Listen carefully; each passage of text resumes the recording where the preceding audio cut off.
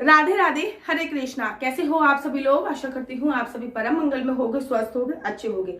आप में से बड़े सारे भक्तों का ये प्रश्न आता है कि दीदी हम अपने घर पे लड्डू गोपाल लेके आना चाहते हैं, हम किन किन नियमों का पालन करें। अगर आप भी सोच रहे हो कि 2024 में आप अपने घर पे बाल गोपाल लड्डू गोपाल लेके आए, तो मैं मुहूर्त भी बताऊंगी कि 2024 में कौन कौन से ऐसे मुहूर्त है जिसमें आप लड्डू गोपाल और राधा रानी को भी लेके आ सकते हैं। लेकिन आपको किन किन नियमों का पालन करना होता है, इस बात में आज चर्चा कर लेते हैं। नंबर एक, मोस्ट इंपॉर्टेंट, जब भी आप लड्डू गोपाल को लेके आओ तो मेक श्योर अपने परिवार से परमिशन ले लो। ऐसे नहीं कि आपकी सास मना कर रही है या आपके पतिदेव मना कर रहे हो, लड्डू गोपाल आ गए, फिर आप सोच रहे हैं कि उनको किनको दें, पूजा अर्चना आपसे नहीं हो रही है, उनकी सेवा नहीं हो रही है, फिर हम इनको किनको दें। इसलिए पूरे परिवार से डिस्कस करके, जब पूरे परिवार की सहमति हो तभी बाल गोपाल लड्डू गोपाल को लेकर आइए, अन्यथा मत लेके आइए। आप अप्रत्यक्ष रूप में अर्थात अपने मन में लड्डू गोपाल को बसाकर ही पूजा अर्चना वंदना कर लीजिए। दूसरी बात, जब भी आप लड्डू गोपाल को लेके आए तो मेक श्योर कि अपनी राशि और अपने पति की राशि दिखाकर ही बाल गोपाल लड्डू गोपाल को लेकर आए, क्योंकि वही पंडित जी, जब आप अपनी राशि दोगे और अपनी राशि और अपने पति देव का नाम दोगे तो एक मुहूर्त निकल के आएगा जिसमें आप अपने बाल गोपाल लड्डू गोपाल को लेके आओगे। वो मुहूर्त सबके लिए सिमिलर नहीं होता, आप लोगों की राशि के अनुसार ही वो मुहूर्त निकलता है, ठीक है ना। साथ ही के साथ जो मुहूर्त सबके लिए सिमिलर होता है वो होता है जन्माष्टमी का मुहूर्त और राधा रानी को लाने के लिए राधा अष्टमी का मुहूर्त, या फिर अक्षय तृतीया का मुहूर्त। दोनों राधा रानी और श्री कृष्ण जी को लाने के लिए भी बहुत सर्वोत्तम होता है। जब भी लड्डू गोपाल को आपको लेके आना है तब उनको या तो पंडित जी को बुला के प्राण प्रतिष्ठा करनी है या फिर खुद 5 चीजों से प्राण प्रतिष्ठा जरूर करनी है। ये नहीं कि आपने लड्डू गोपाल को लाके रखा और फिर अगरबत्ती दिखा के, धूपबत्ती दिखा के पूजा अर्चना वंदना प्रारंभ कर दी। उनकी अच्छे तरीके से प्राण प्रतिष्ठा कीजिए।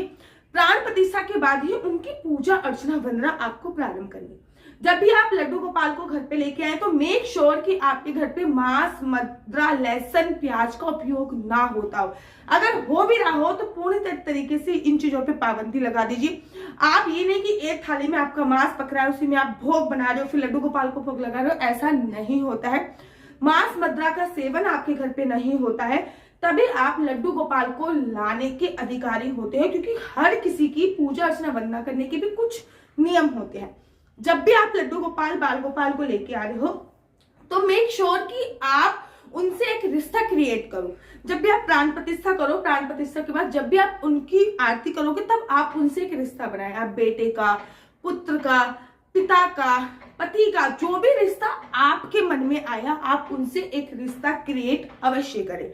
अगर आपको देर से उठने की आदत है तो मेक श्योर आप अपने बाल गोपाल लड्डू गोपाल को घर पे मत लेके आइए। ये नहीं कि आप 11 बजे खुद उठ रहे हो, 12 बजे लड्डू गोपाल उठ रहे हैं। उनका पर्टिकुलर सुलाने का और उठाने का एक टाइम सेट होता है। लड्डू गोपाल को 5 समय भोजन लगता ही लगता है, और अगर आप वर्किंग महिला है तो मेक श्योर आप लड्डू गोपाल की अगर सेवा अर्चना वंदना नहीं कर सकते तो ना लेके आए, क्योंकि जैसे हमारा बच्चा पैदा होता है तो हमारी रिस्पॉन्सिबिलिटियां बढ़ जाती हैं। ठीक उसी प्रकार से जब बाल गोपाल लड्डू गोपाल हमारे घर पे आते हैं तब हमारी जिम्मेदारियां बढ़ जाती हैं। मंदिर में जब हम भगवान जी की प्रतिमा होती है उनको 7 बार भोजन लगाया जाता है, ठीक इसी प्रकार से जो लड्डू गोपाल होते हैं उनको 5 बार भोजन लगाने की परंपरा है। लड्डू गोपाल को सुबह उठाने का समय निर्धारित करें और लड्डू गोपाल को शाम को सुलाने का भी समय निर्धारित करें। अगर आप सुबह उनको उठा नहीं सकते, शाम को उनको सुला नहीं सकते, तो आप लड्डू गोपाल को मत लेके आए। साथ ही साथ अगर आप लोग फैमिली वीकेंड पे जाते हो महीने 2 महीने में, तब लड्डू गोपाल के पास कोई ना कोई अवश्य रहना चाहिए। ये नहीं कि आपने मंदिर में रख दिया कि जब हम आएंगे तब पूजा करेंगे, ऐसा नहीं होता। अगर आपके घर पे आपके लड्डू गोपाल आ गए हैं तो वो आपकी रिस्पॉन्सिबिलिटी हो गई है, वो आपकी फैमिली के मेंबर हैं। आप घर के लिए कुछ भी लेके आ रहे हो तो लड्डू गोपाल का भी हिस्सा उसमें रखिए। अगर आप नए कपड़े लेके आ रहे हो तो लड्डू गोपाल के नए कपड़े भी आना जरूरी है। अपने घर की चाबी, जब लड्डू गोपाल आपके घर पे आए और जब आपके लड्डू गोपाल की प्राण प्रतिष्ठा हो जाए तो अपने घर की जो चाबी है वो आप बाल गोपाल लड्डू गोपाल को जरूर सौंप दीजिए। जब आप अपने घर की चाबी बाल गोपाल लड्डू गोपाल को सौंप देंगे तो उनसे ये चीज जरूर बोलिए कि मेरा घर नहीं है, मैं तो केवल आपका दास हूं, मैं तो केवल आपका सेवक हूं, अब ये घर आपका है, जैसे ही आप चलाओगे हम लोग वैसे ही रह लेंगे। लड्डू गोपाल अगर आप घर पे लेके आ रहे हो तो ये कंपलसरी नहीं है कि उनकी शादी कराना जरूरी है, या फिर जुगल जोड़ी घर पे लेके आना जरूरी है, या फिर राधा रानी भी लानी जरूरी है। ऐसा कोई कंपलसरी नहीं है। आप चाहो तो राधा रानी को भी साथ लेके आ सकते हो, नहीं तो आप चाहो तो बाल गोपाल लड्डू गोपाल को भी साथ लेके आ सकते हो। जब भी आप बाल गोपाल लड्डू गोपाल लेके आ रहे हो तो मेक श्योर कि आप एकादशी का व्रत प्रारंभ कर चुके होंगे, क्योंकि अपने घर में पहले माहौल बना लीजिए, पहले प्रिपरेशन बना लीजिए कि आपको सुबह शाम लड्डू गोपाल की आरती करनी है, 5 बार भोग लगाना है, एकादशी का व्रत जरूर और जरूर करना है। अपने सामर्थ्य के अनुसार निर्जला निराहार जैसे भी आप कर सकते हो। लड्डू गोपाल को सुलाना है, उठाना है, उनको वस्त्र एवरी डे बदलने होते हैं, इस बात का आपको ध्यान देना है। लड्डू गोपाल के वस्त्र कैसे धोए जाते हैं, पुराने वस्त्रों का क्या करना है, उसके ऊपर ऑलरेडी वीडियो मेरे YouTube चैनल पे पड़ी हुई।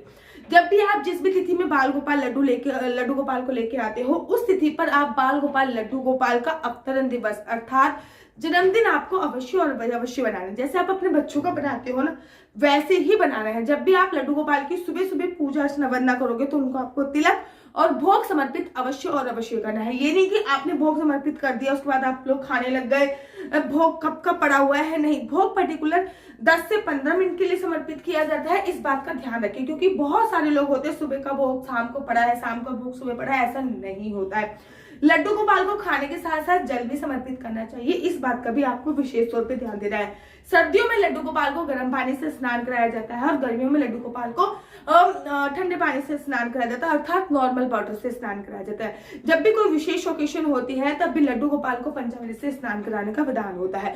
अगर आप भी लड्डू गोपाल को घर पे लेके आ रहे हैं तो मेक श्योर उनके लिए पर्टिकुलर एक मंदिर या फिर कमरा आपने निर्धारित कर लिया होगा। अगर नहीं करा तो सबसे पहले उनके लिए कोई कमरा या मंदिर प्रांगण या फिर अपने कमरे का ही एक छोटा सा हिस्सा आप उनके लिए निर्धारित अवश्य और अवश्य कीजिए। अगर आप वर्किंग महिला है तो मैं फिर भी बोलना चाहूंगी कि अगर आप वर्किंग है तो लड्डू गोपाल ना लेके आइए, क्योंकि अगर आपकी सास ने उनकी सेवा अर्चना वंदना नहीं करी तो दोष पाप के भागी आप ही होते हो। तो आशा करती हूँ कि आपको मेरी वीडियो अच्छी लगती होगी। अगर आपको मेरी वीडियो अच्छी लगती है तो आप अपना YouTube चैनल हरि बोल को लाइक शेयर सब्सक्राइब करना बिल्कुल भी मत भूलिए। तब तक के लिए मुझे दीजिए इजाजत। राधे राधे, हरे कृष्णा, हरि बोल।